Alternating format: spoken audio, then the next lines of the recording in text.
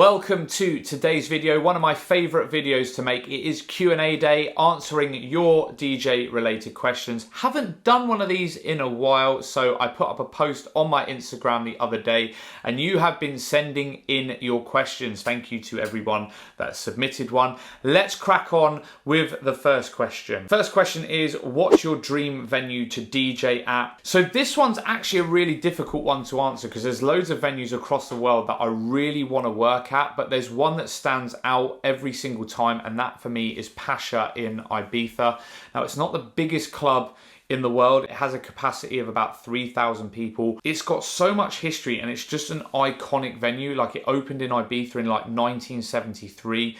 I love the main room in there. I've had some great nights out in there, and it's not so big that you can't connect with the audience. So yeah, Pasha in Ibiza would be my #1 venue that is on the bucket list. Pasha, if you're watching this, you probably aren't, but can I please come and do a warm-up set or something? That would be amazing. And we move on to the next question. How do DJs find a new Monday night residency to start in 4 to 5 weeks time? Well, actually, it's a very timely question because we're filming this at the end of August, well, middle of August. In September, all the students go back to university and new students start university. So if I was looking for a new midweek residency, I'd be looking at university towns, cities that are in the proximity which I'm able to travel to, and contacting bars and clubs inquiring about their midweek sessions. It might be that some bars and clubs scale back a bit over the summer because they don't offer like a Monday night, Tuesday night, Wednesday night, whatever it is. But during term time, they are able to offer an extra night. So I'd be looking at that as a first approach, but also as well, look at getting involved with student unions because, for example, my Friday night residency that I've done for many, many years is on a university campus. It doesn't open in the summer, but it does come September. It's going to be back in a big way. It's going to be full. That being said, in September, there's typically as well loads of one-off gigs available where bars and clubs put on extra nights for freshers and the arrival of all their students. On to the next question. How do you think clubbing has changed since before COVID? Yeah, so since the pandemic, it's been an interesting one. I've definitely noticed that the crowd has got a little bit younger. Maybe that's because I've got older, but we seem to be catering to a lot more 18, 19-year-olds. Obviously, all of the clubs have been packed, which is great to see. This is like the 4th week after they've been allowed to open. But also what's really interesting is that whereas beforehand, a lot of venues, especially on the high street, you would just walk up, you'd pay, you'd come in and you'd have a night out. We're seeing a lot more pre-booked tickets. So for the first 3 weeks of my Saturday residency, we were sold out before the night even sort of started. They weren't allowing walk-up people to get in. You had to pre-book a ticket.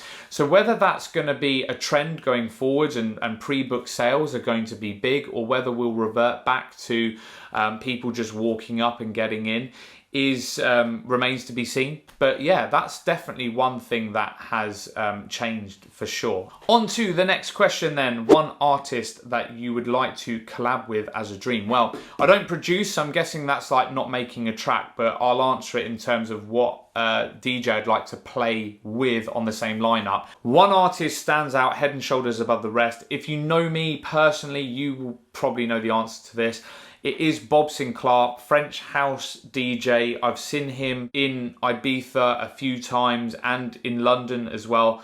He's quite old school, but an absolute legend of house music. I just love the vocal house sound that he plays. How do you feel when someone turns up at the club and plugs in a controller instead of using the CDJs? This could actually be a really controversial answer, so I'm going to be careful here.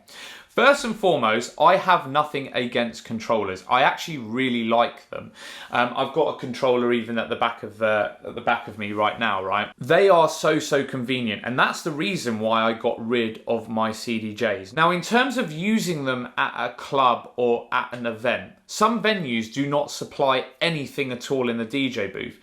And in those situations, I would firmly recommend that you take your controller with you, because I used to take CDJs in a mixer. It's 3 flight cases. It's an absolute pain, not convenient at all. Whereas a controller is an all-in-one unit, one box, and job done, okay? So in those situations, absolutely take your controller. However, if a nightclub is supplying you with a £6,000 or £8,000 setup or whatever it is, then by all means, you should be using the CDJ as a mixer.